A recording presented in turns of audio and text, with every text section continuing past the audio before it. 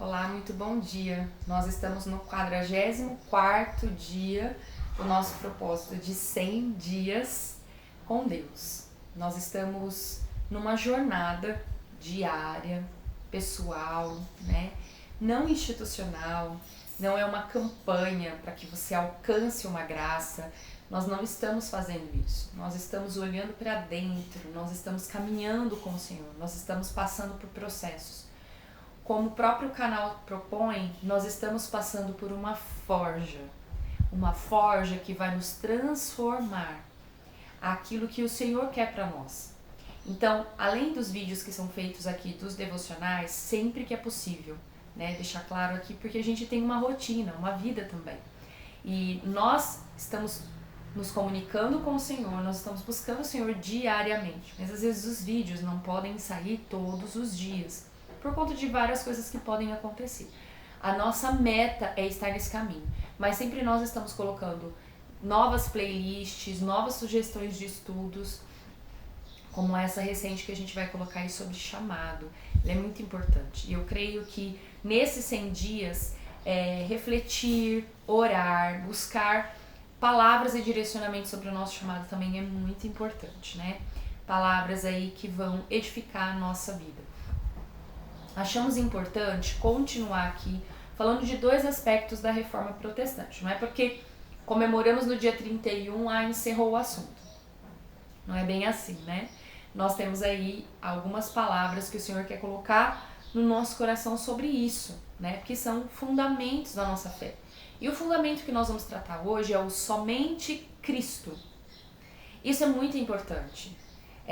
As religiões, elas expressam, né, a sua concepção de céu, de divindade, de castigo, de recompensa, de eternidade, de morte, de vida. Todas elas pensam refletir sobre esses aspectos da metafísica, coisas que a ciência não se preocupa, coisas que a economia não se preocupa. É um olhar mais para aquilo que é sobrenatural. Quando nós estamos falando sobre o cristianismo, nós não estamos falando propriamente de uma religião. Obviamente o cristianismo se colocou como uma religião. Também não estamos falando como filosofia de vida. Algumas pessoas tratam o cristianismo como uma filosofia de vida, uma forma de ter uma visão de mundo, uma cosmovisão nova, né? Assim como tem tantas outras filosofias. Mas o cristianismo, embora ele tenha um aspecto aí que as pessoas conseguem classificar dentro desses esquadros, dentro dessas propostas humanas, o que Cristo veio deixar, esse legado que Cristo veio deixar, não tem a ver nem com a religião e nem com a filosofia. Também não veio deixar pra gente uma utopia. Ele veio deixar um estilo de vida, que não é uma filosofia na qual eu baseio minhas decisões.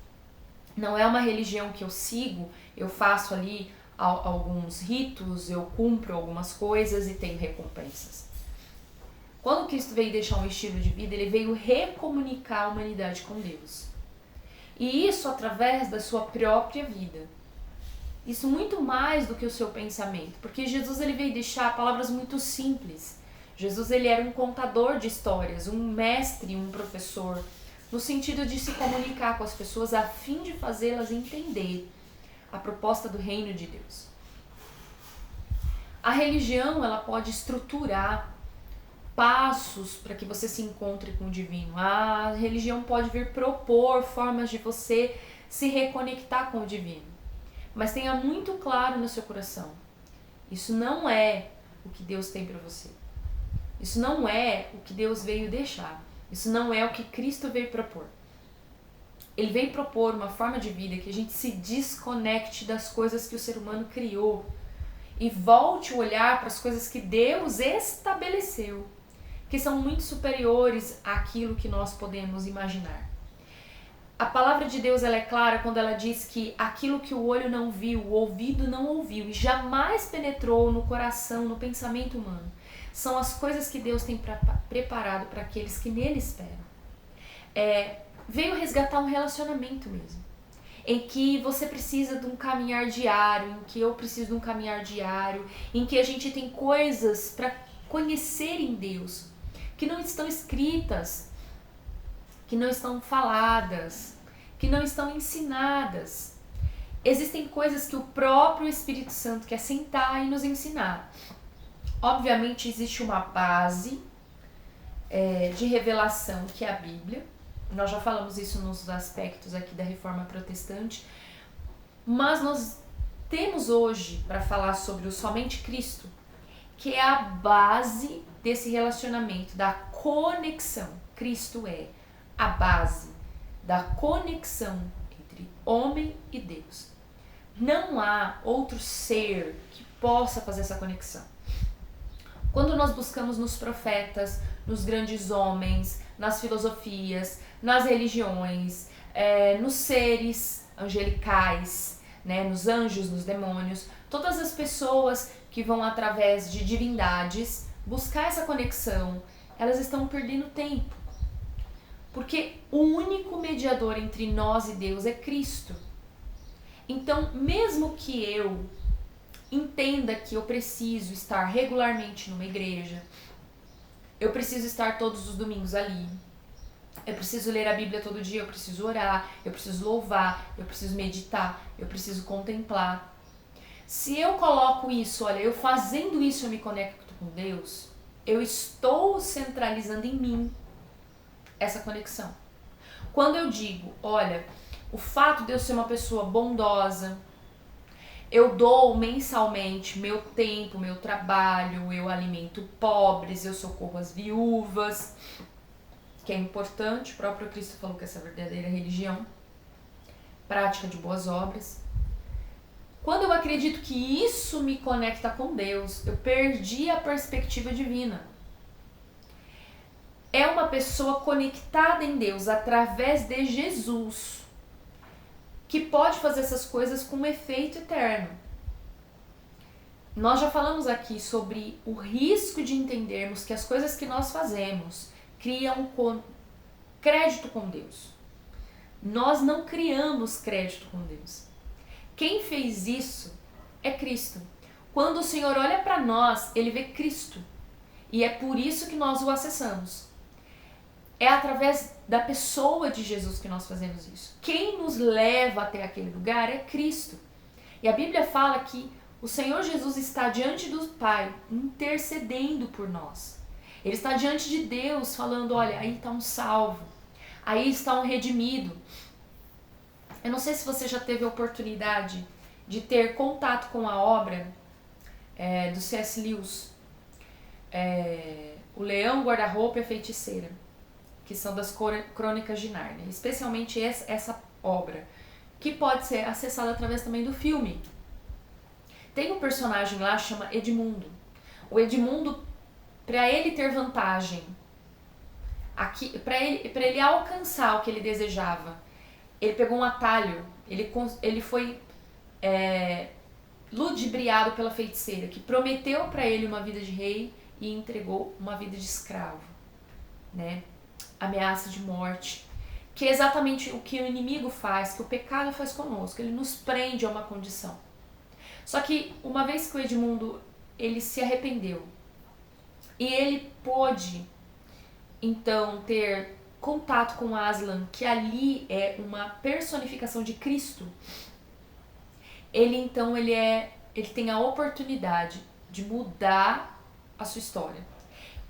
Diante daqueles que viveram e foram traídos pelo Edmundo, que acabou colocando todo mundo em risco, vários em risco, através daquilo, ele tinha uma imagem que ficou ferida, ficou manchada. Mas quando aquela história termina, então aqueles 4 irmãos vão ser coroados, príncipes do reino de Aslan, líderes ali, Edmundo também participa disso. Quando ele é coroado, cada um que é coroado pela sua característica. E quando o Edmundo ele é coroado como justo. Mas quem tornou o Edmundo justo? Foi o que ele fez? Não. Foi o que Aslan fez, foi o que Cristo fez. O que me faz justo? O que te faz justo? O que torna Deus acessível a mim e a você, e participantes do reino de Deus, não são as nossas obras, é a obra de Cristo. A vida do Edmundo é requerida porque ele quebrou um princípio, para ter vingança, para ter uma justiça satisfeita. Só que Aslan, ele combina com a feiticeira que ele vai se entregar. Só que o que ela não sabe é que a morte não pode vencer. Quando o inimigo pensou, Cristo agora foi derrotado, eu tentei tentá-lo, eu tentei trazê-lo a se submeter a mim, que tinha governo sobre a terra, dado pelo homem lá no Éden. Esse governo agora é tomado de volta porque Cristo paga a dívida de Adão. Cristo paga a dívida da humanidade. Ele se coloca como sacrifício. Assim como naquela obra, você vê o leão combinando isso. E ele volta da morte, como Cristo voltou da morte. E naquele dia, o Senhor vai nos coroar com a coroa da justiça. Você vai ser chamado justo, porque não é a nossa história, entendeu? Não é o bem ou o mal que fazemos, é o que Cristo fez por nós. Então, o que nos coloca diante de Deus como filhos, o que nos dá acesso a Deus, é o que Cristo fez. Não são as nossas obras. Então, são 3 aspectos que significa isso, somente Cristo, da Reforma Protestante. Cristo como único mediador, que a salvação é somente por Cristo, e que a rejeição de todos os outros mediadores, cuidado para suas obras, divindades, políticas, filosofias, não estarem no seu coração como aqueles que vão te levar a Deus. Cuidado, porque somente Jesus pode te levar a Deus.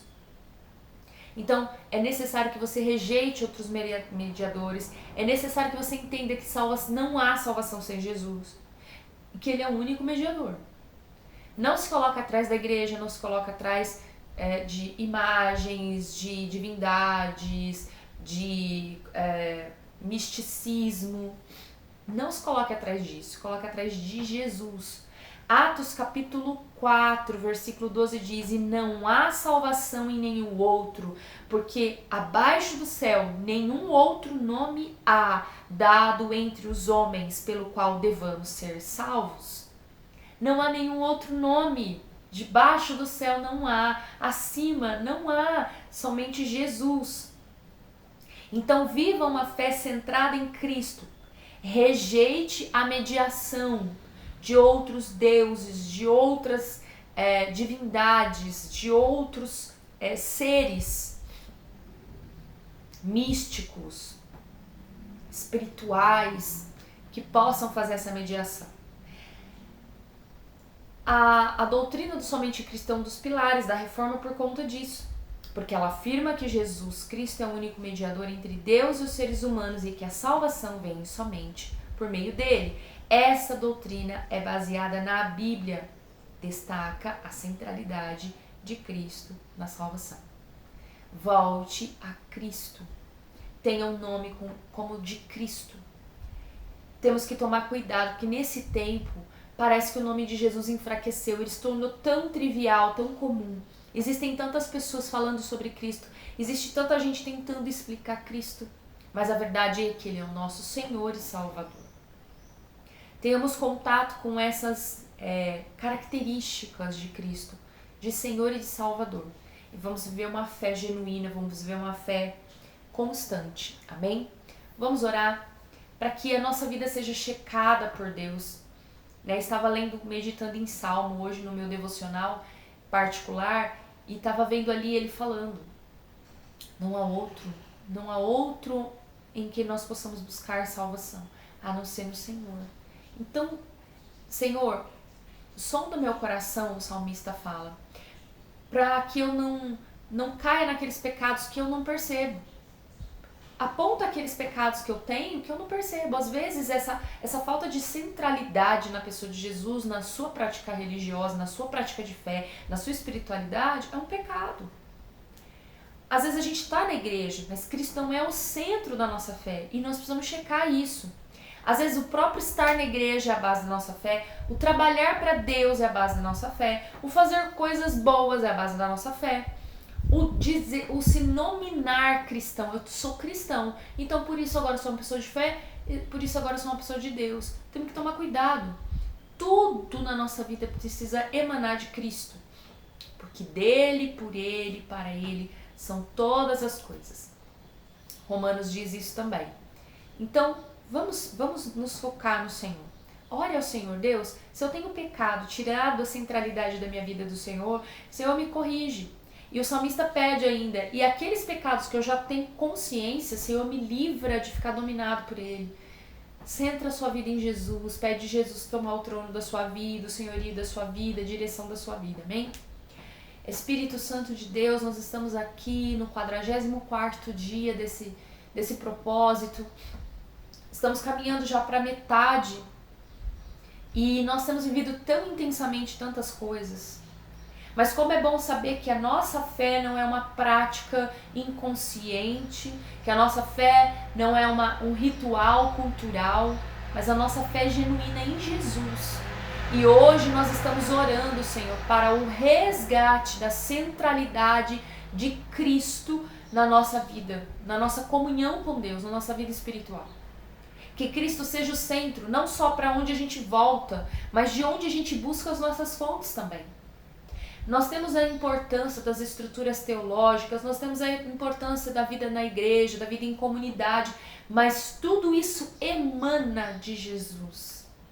Nós entendemos muitas vezes que as religiões, que as obras vão nos levar a Cristo, mas é Cristo que nos leva a boas obras. É Cristo que nos faz viver uma religião perfeita. É Cristo que nos leva a Deus. É Cristo que nos faz comungar com o Senhor. Ó Jesus, muda a nossa forma de pensar. Senhor, sonda o nosso coração. Aquilo que vemos, aquilo que não vemos, aquilo que entendemos, o que entendemos. Checa todas as nossas fontes, Senhor, em nome de Jesus. Espírito Santo, faça-nos olhar, restaura isso em nós. A adoração verdadeira, genuína, a perfeição do Senhor. Que nós possamos, cada vez que a gente se aproxima, entender a dimensão da sua pessoa, do seu amor, da graça que nos envolve. Mas mais do que reconhecer isso, mais do que temer, mais do que se inclinar, a minha oração aqui é para que a gente te ame e corresponda. Responda a essa graça, responda a essa presença. Nos ajuda, Jesus, nos ajuda até mesmo a te adorar. Que a gente entenda que nós temos uma total dependência do Senhor. Teu é o querer e o efetuar. Nós temos muitas vezes tentado efetuar até querer, mas nós queremos que emane do Senhor também o querer da nossa vida. Gera essa vida de Deus em nós. Jesus, gera a tua vida através do teu Espírito Santo em nós. Gera isso. E que nós possamos não só testemunhar, mas nós possamos fluir nisso. Em nome de Jesus. Amém e amém.